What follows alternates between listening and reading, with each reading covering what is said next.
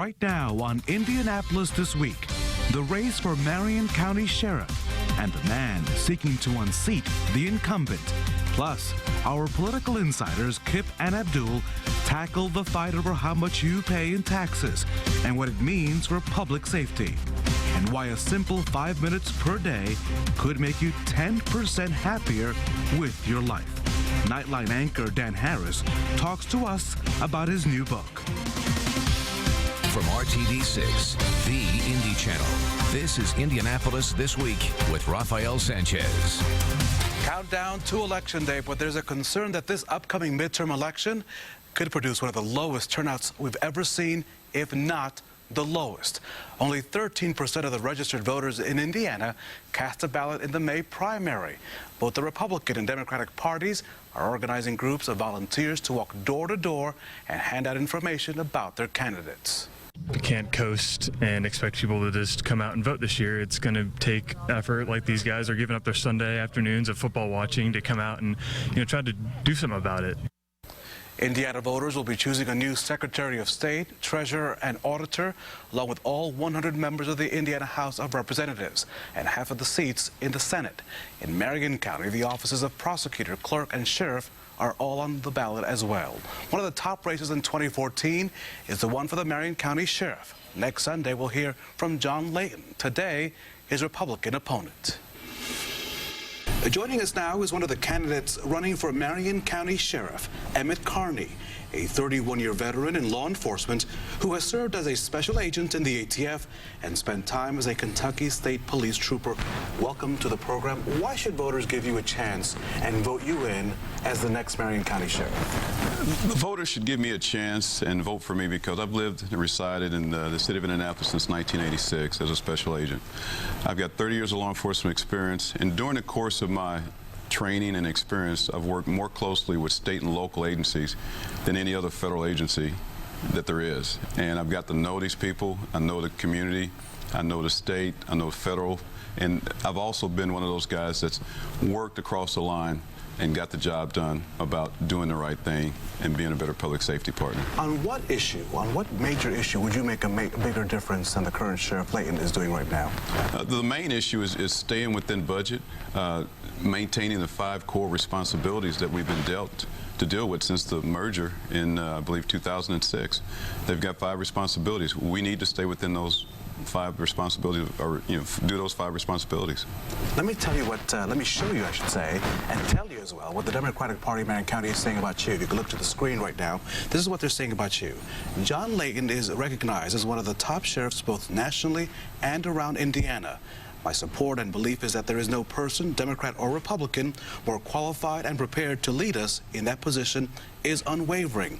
Mr. Carney, to this point, has conducted a campaign of attacks and no ideas.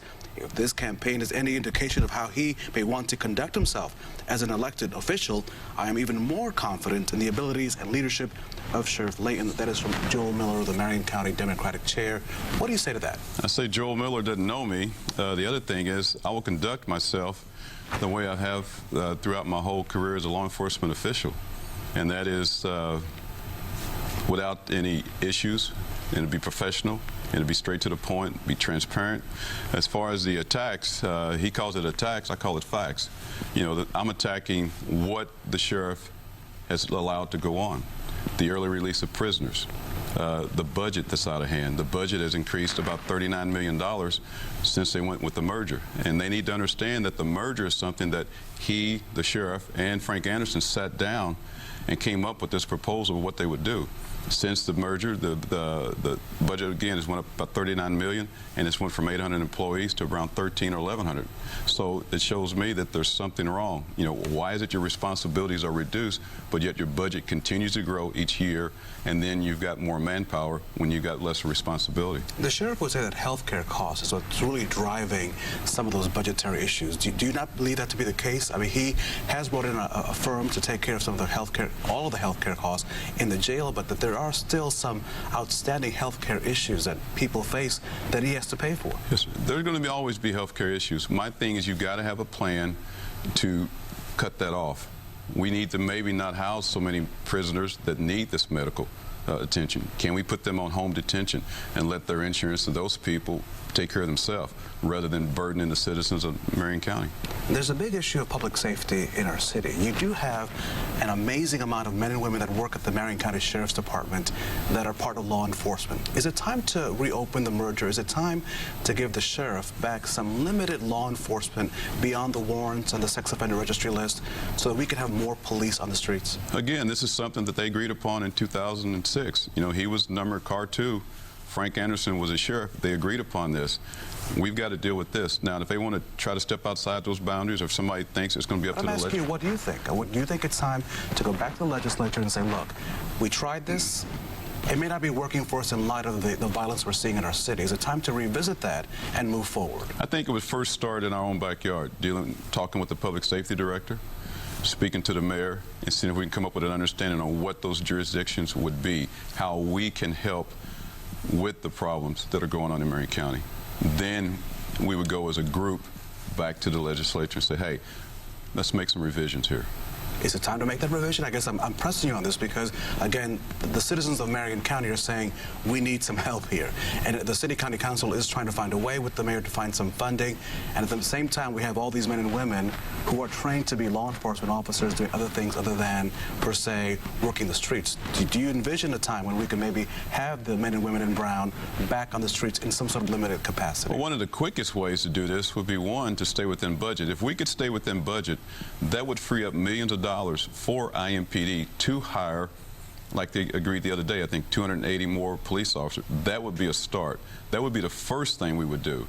One, stay within budget, allow the budget to go over to IMPD, put more officers on the street, and then we look at it and try to walk down that path and come up with an agreement that would work for everybody involved.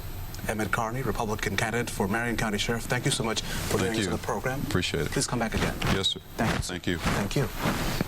After the break, he's found a way to make himself 10% happier.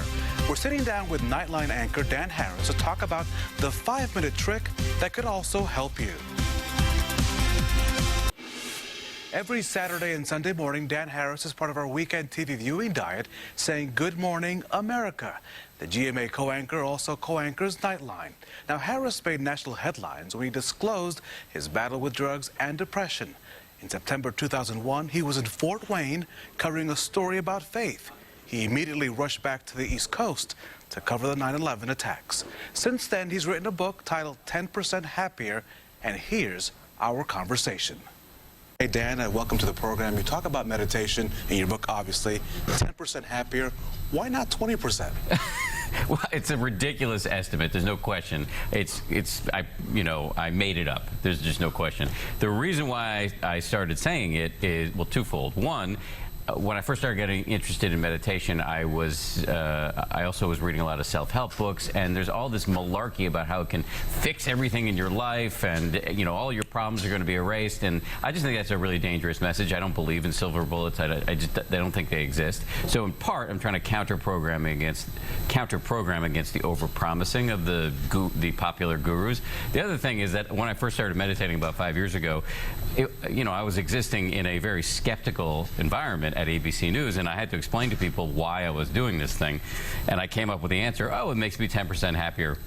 What I found is that it would make people less skeptical. The look of scorn in people's eyes would be transformed into something approaching interest, like, oh, I wouldn't mind that. Sounds reasonable. 10% sounds good. Yeah, it's a good return on investment. And so how do you go about doing that? For you, what is meditation? Because many people have different perspectives. They see it differently. They do it differently. Yes. So for you, what does that look like? So the word meditation is kind of like the word sports. It can describe a whole range of activities. Yes, and water polo and badminton don't have much in common. But what I'm describing is called mindfulness meditation, and it's the kind of meditation that has been studied in the labs very extensively at some of the finest institutions in America. So that's one of the reasons I got interested in it, because it's scientifically validated to a large degree.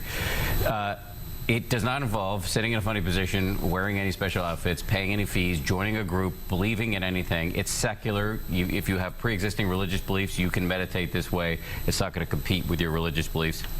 And if, like me, you don't really come from any particular religious background, it doesn't require you, subscribe to any metaphysical program. So it's really simple. 3 steps. I'm not going to make you do it, but I can tell you how to do it really quickly. 1, sit with your back straight and your eyes closed. 2, try to feel your breath coming in and going out, usually at the place where it's most prominent, like your nose or your belly. And the 3rd step is the key. As soon as you try to do this, as soon as you try to just focus on one thing at a time, your mind's going to go crazy. You're going to start thinking about what did I have for lunch? What am I going to have for dinner? Why did I say that dumb thing to my boss? Why did Dances with Wolves beat Goodfellas for Best Picture in 1991? Whatever. Your mind's just going to go nuts. And that's totally fine. The whole game is to notice when you've gotten lost and start over and start over and get lost and start over. And that is a bicep curl for your brain. Changes your brain. So is that a 5-minute process, 15 minutes? I mean, do you do this for an hour? How long does it take? You can do it for as long as you want, but I think beginners should start with 5 minutes. 5 minutes. 5 minutes, because my whole game is to try to take away every excuse you've got. Most people think meditation is either baloney and only for weirdos, or that it's impossible to do because they think I can't clear my mind, which, by the way, you don't have to do. The other thing people think is, I don't have time for this. I got, 37 children and 16 jobs or whatever. My goal is to say, actually, you do have time, because everybody's got 5 minutes. Just do it right when you wake up, right before you go to bed, when you pull your car into the driveway, before you go into your house at night, set an alarm on your phone and let rip. 5 minutes is enough. And if it grows over time, great. But if not, 5 minutes you can do. If you did that for every day for the rest of your life, you would have a different relationship with that voice in your head. I'm not talking about schizophrenia. I'm talking about the voice that chases you out of bed in the morning and is yammering at you all day long and giving you bad suggestions like lose your temper when it's not in your best interest, or eat when you're not hungry, or check your BlackBerry when your kid's trying to talk to you.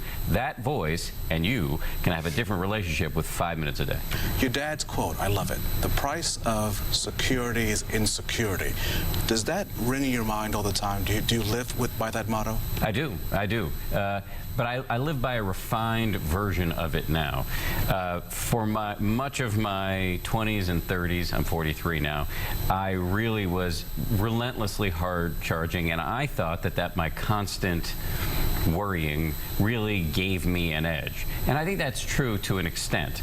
And I think that worrying and stress and plotting and planning is part of the deal if you're trying to be great at anything, your career, parenting, grandparenting, volunteer work, whatever it is you're trying to do. A certain amount of angst is going to be part of the program. However, we have a tendency, and I know I certainly did, to make our suffering, our stress, worse than it needs to be, to worry more than we need to. So I think with meditation, what I've learned how to do is to draw the line, at least more effectively than I used to, between what I call constructive anguish and unconstructive rumination, useless worrying that makes you, want to kick the dog when you come home or snap at your wife or whatever. That kind of stuff I'm doing a lot less of. Now, in fairness, if my wife were here, she would give you the 10%, the 90% still a moron speech. So I'm not perfect. It's not like everything's rainbows and unicorns. And you know better than don't snap at your wife because you won't win, right? Yeah. Right? You will never win. 100% true. Dan Harris, ABC News, thank you so much. You can watch him weekends right here on Good Morning America, both Saturday and Sundays. Thank you so much. My pleasure. Best of luck with the book. Thank you. Thank you, sir. Appreciate it. Up next, it was a frustrating meeting for a lot of people. The issue of possibly cutting the homestead credit gets tabled, and the mayor's plan against crime takes a hit. Kip and Abdul next on Indianapolis This Week continues. Joining us now, 2 of our political insiders, Democrat Kip 2 and Abdul Hakim Shabazz with IndyPolitics.org. Welcome back to the roundtable, gentlemen. Eric Turner, the state lawmaker, is going now to resign after Election Day. What's going on with that? Yes, we learned late Friday that Eric Turner, site number 2 person in the House of Representatives, in the middle of that ethics scandal regarding nursing homes and where they had a financial interest, announced that he's leaving after the November election. It's too late to be taken off the ballot. He will stay on the ballot, but then sometime in November step down to go work for a national Christian leadership organization is what we know right now. And it's funny because in the news release he had said that he and his wife had been debating for a year whether he would run for another term, but somehow I think the recent ethics issues probably hastened people out the door just a little quickly. Yeah, I think that's probably right, and I would say that it now becomes an excellent pickup opportunity for the Democrats. I hope people aren't going to vote for a guy who says he's not going to even serve the beginning of his term, let alone the entire term. A little bit cynical, I think, to do this late, hoping, I guess, that Republican precinct committeemen get to fill the spot rather than the voters. But the voters are going to have a choice now. Vote for a guy who doesn't want the office versus a guy who does. And it's too late to remove the name off the ballot. That's the reality. Right, Yes. yeah, the deadline is passed for folks to be taken off the ballot. I do know that there have been a lot of pressure, and a lot of Turner's fellow Republican members had not been happy with this entire ethics scandal. The fact that a company that made millions of dollars off this whole nursing home deal was taken down. There had been some talk about maybe law enforcement might be looking to make sure everything was above board, and there's no way a lawmaker can function in that environment, in that atmosphere, and be effective. So, the smart thing was to leave. The question is, why wait till now and do all this? If you were going to go, you should have did it a while back. Last thoughts on this? Or? Well, I think probably Brian Bosma's happy that he's leaving. He doesn't have that headache any longer. But again, I think that it does put that district even more in play. I think it was in play after Bosma also did a Friday News dump about this thing a couple of weeks ago, and now they tried it again. But, I don't think Friday News dumps work anymore, do they? They don't work anymore. Issue number 2 here at the round table. There are some new developments involving the mayor's plan to fund his crime prevention campaign. On Wednesday night, the City County Council Administration and Finance Committee tabled the issue of the local homestead tax credit. Getting rid of that credit is a key part of the mayor's plan to cut down on crime in the Circle City. The plan also calls for affordable pre-K programs, but the mayor will need more money to do that. Now, while some support the plan, others don't want to see their tax credit gone. Many showed up at Wednesday night's meeting and were left fuming when they waited for more than 3 hours just to see the issue put off to another day. So when is the next hearing on this so the public can have input? You've had testimony on all these budgets, and I hope you don't try to ramrod this down our throat. We've been sitting here for the last 2 hours. You could have announced that you weren't going to hear it tonight. Mayor Ballard is still optimistic about the support for the plan that he's receiving. Was this really the right way to handle this issue for this committee, not allowing the public, at the very least, to say what they had to say on the record, or at least canceling the meeting early on? Well, she had a whole bunch of other things on the agenda, so canceling the meeting was not an option. Democrats have consistently said that they're not in favor of the homestead credit. I think it is dead.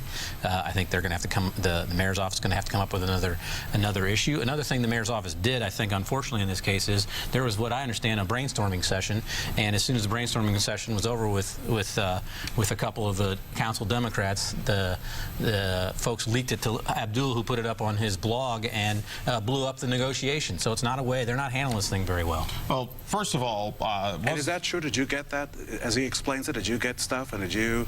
As somebody who is in the media business, I get information from all sorts of people, and we'll just leave it at that. And sometimes Democrats don't know. Can I give you a high five on that? Sure. We appreciate that. What you were going to say? And sometimes Democrats don't know when to stop talking either. So we'll just make that abundantly clear. No, this was totally mishandled. It's true. All Angela Mansfield had to do was at the beginning of the meeting say, "Hey, anybody who's here to see us talk about the homestead tax credit, we're going to table that because we're having some discussions." With the mayor's office on how to do this. So thank you for coming. We'll keep you abreast. I think I did that early on, and the problem would have been solved. But as usual, Democrats need to make life and things more difficult than they have to be. The Democrats don't trust that the mayor's going to use this money for what he says he's going to use it for. He's been asking for a homestead credit tax repeal for 6 different things, it seems like. I may be exaggerating, but he's been asking it for different reasons. They're afraid he's going to use it like he's used a whole bunch of other money, and that's what the fight is about. It's not about pre-K. Every Democrat I know supports pre-K, has for more than a decade. Then all the Democrats have to do, if you don't trust if you don't trust the mayor to do that with the money, all you got to do, you have a council majority. Last time I checked, just write it into the ordinance. It says, okay, the dollars I think they're looking at something. Can only be used for early child education. Problem solved. That's all you got to do. I think they're looking at a different solution. Will there be a deal? There'll be a deal, and it'll more likely come out of the public safety tax, because the Democrats, if they had a plan, they'd put out on the table already. But to date, they have had no plan whatsoever, and so that's why we're sort of in the situation where we are now. Issue number 3 before the roundtable is the issue of domestic violence. A number of groups in Indiana saying that the Governor Mike Pence, cutting funding for anti-domestic violence programs at a time when the issue is front and center, not only with the NFL, but it's something that men and women, children are dealing with every day in Indiana. Is this the wrong time to cut funding? It's the 3rd time the governor's been called on the carpet for trying to make his surplus look good, and he's had to backtrack. He had to backtrack on adoption stuff. He had to backtrack on a home for young people up in another county up north, and this is the 3rd time. People expose what he's really doing with with the surplus, and they backtrack, and they're doing it again. It's obviously always a wrong time to cut funding for domestic violence. But the governor's doing, what Mike Pence is doing, is what Evan Bayh did, what Joe Kernan did, what Frank O'Bannon did, what all governors done before is called reversion. It's called everybody hold back a little bit of your money. This isn't to say that you won't get it, but you're going to get about 90% of what you have. Then we're going to just make sure that our budget and revenues are coming in the way they should be, and then usually people will get their money. It's called the fiscally responsible thing to do. I think it's a little funny. I think it's a little disingenuous for some of these organizations to take advantage of a very serious issue in an effort to get more. Wait, but you're not saying they're not taking advantage. They want to make sure they get their funding. What I'm saying is, clarify. What I will say is this: is that timing is everything, and this is out on the forefront, of everybody's issue and everybody's mind. But this is just a normal budget process. Well, I think it's pretty telling that the governor's office had to issue a release saying we're not going to revert any of these funds at this time. So I think that the advocacy groups did exactly the right thing. They pushed the governor, and the governor has now shown that when you push him, he'll move. The optics of this was not very good, considering what the NFL is doing and the issues front and center. I mean, people should have really thought about this, right? 15 seconds each. No doubt. You can have the rest of the time. I mean, at the end of the day, you have to you want to make sure people get their funding to do the programs that they do, but you have to do it in a fiscally responsible manner to make sure the dollars are there so the money can get to agencies and people can get the help that they need. Abdul, thank you so much. The conversation between our insiders continues on Twitter. Check out their Twitter handles and give us your opinion and stay up to date. Kip, I will not forget you this time. Kip, Abdul, Laura, and Jennifer throughout the week. Indianapolis This Week continues after the break without Kip or Abdul, but they'll be back next week. Thank you, guys. Thanks for watching. We'll see you next week.